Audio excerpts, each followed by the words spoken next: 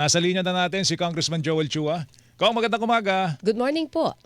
Hi, good morning Ayan. Joel at sa inyo lahat po ng inyong taga-subaybay. Nakita ni Wen kanina sa kanyang sa pantaha parang strategy ninyo na ipatawag po si Mary Grace Piatos. Paano natin ipatatawag nga pala yan? Kasi lumalabas po nung inyong inimbestigahan sa House of Representatives po yan. Yan po fictitious. Dito po natin malalaman yung sa sinasabi nila na ito ay ginamit lamang po nilang pseudonym. So pag wala pong lumabas na Mary Grace Piatos, ibig sabihin talagang tama yung ating teorya na ito ay fictitious. Pero kung sakasakali na meron silang ilalabas dahil sabi naman nila ito ay ginagamit lamang bilang alias, matatanong na po natin yung totoong Mary Grace Piatos kung meron man po silang mailalabas. So kung sakali po na lumabas na wala talaga yung Mary Grace Piatos sa gitna po ng pagdinig, pag pinatawag nyo na ito at walang lumutang na Mary Grace Piatos, hahabulin ng prosecution na ilabas kung sino yung may gumamit ng alias na Mary Grace Piatos. Kung may lalabas po. Pero kung wala naman, di ibig sabihin po talaga na talagang ito'y gawa-gawa lamang po nila. Tama ba yung sinabi ko kanina, Congressman, na kung wala Mary Grace Piatos, lalabas na, ang malaking tanong ngayon, kanino napunta yung pondo? Tama po. At matutuntun ba yun sa impeachment trial kung sakali? Or ang kanyo na lang kailangang pruweba doon ay yung pananagutan ng Vice Presidente? Well, basically, siyempre, yun ang aming naispatunayan na talagang hindi naman po ito nagamit sa tama. So, nasa kanila po yung pagpapatunay naman, ito yung ginamit nila sa tama. So, dito po magtutugma po. Ito po yung issue na i-resolve. Isa po sa mga issue na i-resolve po natin dito.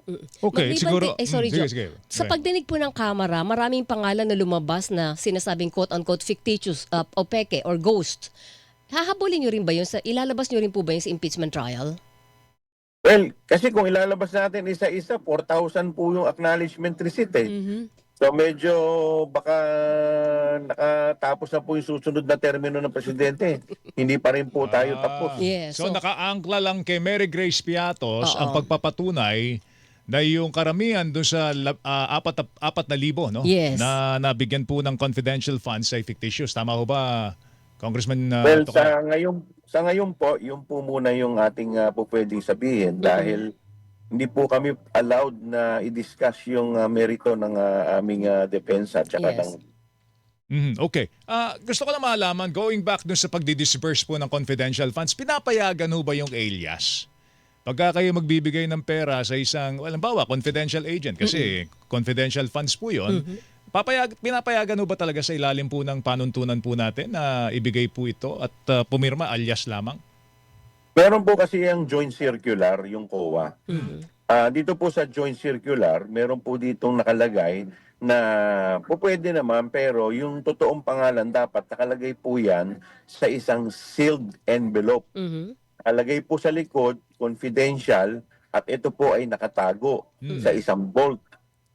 So at doon po nakalagay yung mga identity, yung tunay na identity neto mga aliases. Kasi kung wala naman pong tunay na identity, ano pa po yung purpose? Bakit po meron pong ganitong pag-iingat na gagawin pa? Doon sa Doon circular po sa na joint.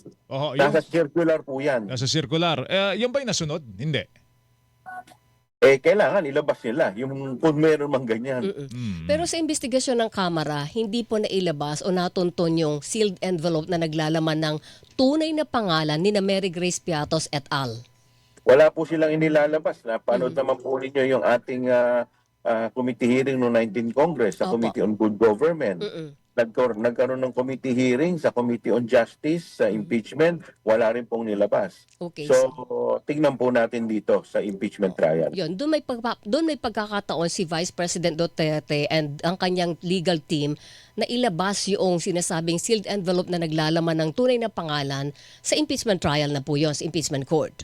Tama po kayo Yes, dyan. alright. Alright, itong pagpapatawag din po kay Court Sheriff Abby Andres, anong impeachment article po ito ipapailalim? Yan ba yung pagbabanta niya kay Presidente? At Sa threat po yan. May sa threat. purpose po yan. Okay, alright. Opo, Ano may pong purpose purpose? po Ano yan. pong purpose? Ang pagkakaalam ko po, yung purpose po niyan ay para ipakita po yung violent nature ng ating Vice Presidente. O kasi Mm, parang sinapak niya yung sheriff oo. sa gitna ng demolition, hindi ba? Alright. Your past will haunt you. Oo, Diba? parang ganon. Yun ang Oo. nangyayari dito. No? So, yung issue tungkol sa pagbubukas po ng ng kahon po ng BIR, nagawa ba yun sa dito po sa pre-trial conference? Well, yun nga yung kahapon, no, isa sa mga inapila po namin na sana po ay mabuksan na yung box. At kaya lang po, nagkomento po yung defense at kanila pong nais na ito po muna ay magkokomento muna sila. So yung pangalawang naging motion po namin na sana kahit yung box na lang mismo ay markahan. Mhm. Subalit ito po ay kanilang kinokontra pa rin. Kaya nga po siguro antayin na lang po natin na ito pong isyong to ay maresolba po sa mismong impeachment court. Pero pipilitin niyo po sa prosecution panel na mabuksan ito, Yun po Congressman. yung nais namin at sana po mapagbigyan po tayo ng impeachment court. Bakit po mahalagang mabuksan yung BIR box na ito? Ano ang ITR po. papatunayan nito? Ang na-request po kasi namin sa BIR yung ITR Mm-mm. o yung income tax return. So dito po natin makikita kung nagtutugma yung kanilang income, yung income po nila sa SALN at dun sa AMLAC. Mhm. Papatunayan ba nito kung halimbawa ay nagbayad sila ng tamang buwis kumpara doon sa kanilang deklaradong income at negosyo? Ganun po ba yun, Congressman? Tama po. Kasi syempre, ang ina-assume natin na kaya lumago yung kanilang kabuhayan ay bukod sa kanilang sinusweldo sa Vice Presidente, bukod sa kanyang sinusweldo sa nalihitimo sa kanyang panunungkulan, ay may mga iba pa po siyang source ng income. Oo. So, yan po yung pagbabangga-banggain po natin. Kasama po sa BIR box na yan yung income tax return naman ng kanyang asawa, ang kanyang esposo na si Attorney Mans Carpio. Bakit po mahalaga na pati yung sa esposo ng Vice Presidente na hindi isang public official ay kasama pong mabulatlat sa isang impeachment trial? Kasi po yung nasa batas po natin, yung income po ng isa, income po ng mag-asawa yan . Mhm. So, Conjugal. conjugal property po yan. So, parte po yan ng kanilang conjugal property. So, yun po yung magiging legitimate income nila kung sakasakali. Kung hindi po mabuksan yung BIR box, may dagok po ba ito sa presentation ng prosecution ng kaso laban sa bise? Well, ito naman po ay pagdagdag lamang, no? Pero hindi naman po dito ibig sabihin ay nakaangkla. Kasi kung makikita po ninyo sa committee hearing ng Committee on Justice, ay yung SALN at saka yung lumalabas sa AMLAC ay hindi na nagtutugma. Mhm. Bukod pa po dito, yung nilabas din po ng SEC. Mhm. So hindi mabuksan mo o hindi, tatayo ang kaso laban sa bise pagdating sa unexplained wealth pati po doon sa SALN declaration. Yes, it will only booster, yung mabuboost lamang po yung ating teorya na talagang hindi naman talaga tumutugma yung kanyang income. Pero kung sakasakali naman po na magiging pabor sa kanila, pwede rin po nila maging depensa to. Mm-mm. Hindi naman po natin pare-parehas alam kung ano po laman na ito dahil nakaselyo pa po ito hanggang ngayon. Okay. Yung listahan po ng inyong mga ipipresentang testigo, kasama po si Attorney Michael Poa. Doon sa listahan, ano po ang basihan at parang hostile witness. Oo, yun ang lalabas yun ang doon. lalabas Oo. dito. Bakit kailangan si Poa po ay humarap bilang testigo po ninyo? Na Well, kung prosecution? maaalala po ninyo, doon po sa DepEd, siya po ay isa sa mga USEC ng DepEd. Kung siya rin po yung humingi ng kaukulang dokumento sa kanyang kapwa USEC, kay USEC Mempin, para po yung nanghingi ng certification sa AFP na inattach po nila para i-justify yung pag-liquidate ng kanilang confidential fund. Siya rin po ay tetestigo doon sa sinasabing bribery sa mga DepEd officials? Well, kasi po nilalagay po natin dyan sa mga testigo. Kaya po natin nilalagay lahat yung mga testigo. Mabuti na po yung sobra. Mhm. So, in the event naman po, hindi naman po lahat ng mga testigong nakalagay dyan, ibig sabihin, sila na po talaga ipipresenta. So, in the course of the trial, nakita namin na hindi na po kailangan, sapat na yung aming napatunayan, po pwedeng hindi na rin po. Pero mas maganda na yung sobra kasi kung hindi po ninyo nailagay dyan, and eventually, na-realize ninyo na kailangan po ninyo siya, baka mamaya hindi na ninyo mahuhugot. So, Congressman, sa dami po nung inyong ebidensya at mga testigo, nasa 57 yata yung nakalistang testigo ninyo, gaano katagal aabutin itong impeachment trial kay Vice Presidente sa inyo pong pagtaya ng prosecution Well, team? ang inihingi po natin ay 62 trial dates, pero hindi naman ibig sabihin nun lahat po yung makukonsumo. Yung po kasi ay nilagay natin base po sa dami ng ating testigo.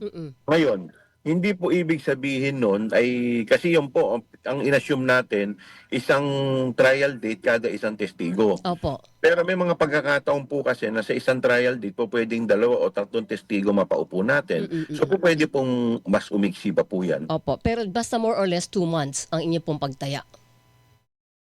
Hindi po 2 months yan kasi 62 60. trial dates sa isang linggo po kasi 3 araw lang tayo pinapayagan. Oo nga pala. Ay, Oo nga pala. So, ilang buwan yan, Weng? wala So kang- baka abuti ng November pero hindi naman po kasi lahat yun kung yung 4 na articles ay papatunayan namin. Pero kung nakita po namin pagkaraan po ng 1, 2 o 3 article matibay na, po pwede na po namin i-waive yung ibang article. Okay. Ano ang una ninyong ipipresentang articles of impeachment, Congressman? Yung pinakamatibay ba yun at ano yung article ito?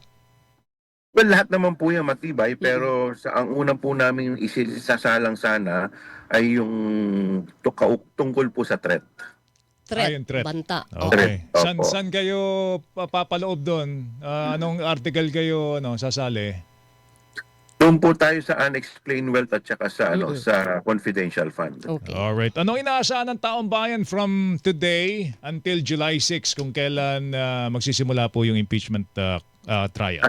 Aantayin po natin yung pre-trial order at saka sana po yung mga motion na amin pong hiniling. Isa po sa mga hiniling po kasi namin ay sana pagbigyan kami na yung trial ay pwedeng gamitin ang lengguwaheng Pilipino at English. Nang sa ganon, mas marinig at maintindihan po ng mga kababayan po natin. Alright. O sige, abangan namin yung mga development. But in the meantime, Kong, salamat sa oras. Mag-ingat Good morning ka. po. Good Salamat. luck. Maraming salamat. Mabuhay po kayo. Thank you, sir. Si Manila 3rd District Representative Joel Chua, member po ng House Prosecution Panel.